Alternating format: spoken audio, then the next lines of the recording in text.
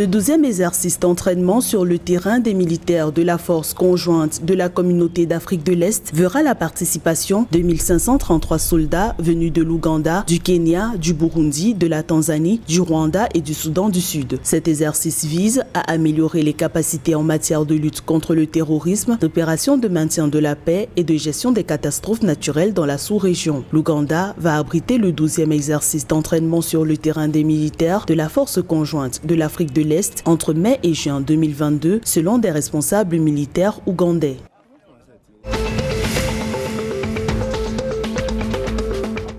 En Somalie, la période de tenue des élections législatives a été prolongée au 15 mars 2022. L'annonce du Premier ministre somalien Hassan Hussein Roble est intervenue alors que l'élection des 275 députés du Parlement devait s'achever le 25 février 2022. À cette date, 71% des représentants de la Chambre avaient été élus, soit 175 députés. Selon le gouvernement de la Somalie, les États fédérés font face à des retards liés au choix des bureaux de vote et au respect de la transparence électorale. Le Conseil consultatif national a également rappelé que les femmes doivent occuper 30% des sièges au Parlement selon la loi somalienne.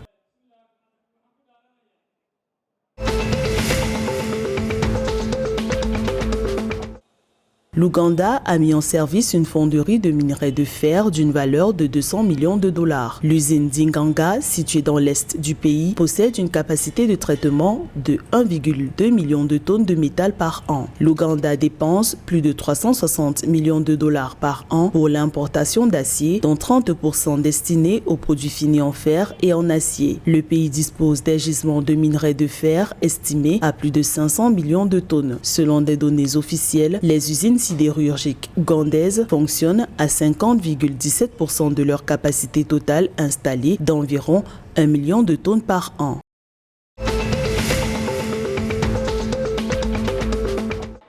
En 2021, les exportations agricoles rwandaises ont connu une hausse de 39%, générant des revenus de 543 milliards de francs rwandais. Le gouvernement a mis ses performances sur le compte de la reprise économique après la pandémie de Covid-19. Le Rwanda entend générer 1000 milliards de francs rwandais d'exportations agricoles annuelles d'ici 2024 en misant sur les céréales, les produits horticoles, les produits laitiers et la volaille.